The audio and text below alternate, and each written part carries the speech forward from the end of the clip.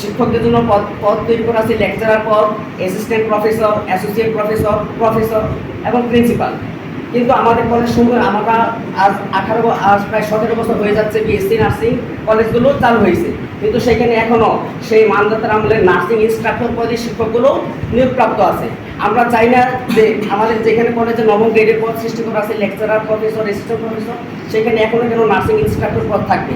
আমরা শিক্ষকদেরকে বুঝাইতে চাইছি যে দেখেন, আপনাদের যোগ্য প্রাপ্ত সম্মানটুকুর জন্য আমরা লড়াই করতেছি।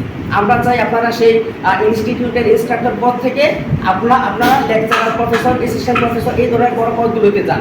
সরকার কর্তৃক যে নির্ধারিত নিয়োগ বিধির নিয়ম মানা আছে, কিন্তু আমাদের শিক্ষকরা আমাদের কথায় কোনো কর্ণপাত না করে তাদের যারা সহযোগী আছে তাদেরকে নিয়ে এবং শেরেবাংলা মেডিকেল কলেজ হসপিটালে সিনিয়র স্টাফ নার্স নামক কতিপয় সন্ত্রাসীদেরকে নিয়ে আমাদের উপর হামলা চালায়। আমরা এই ঘটনার তীব্র নিন্দা ও প্রতিবাদ জানাচ্ছি।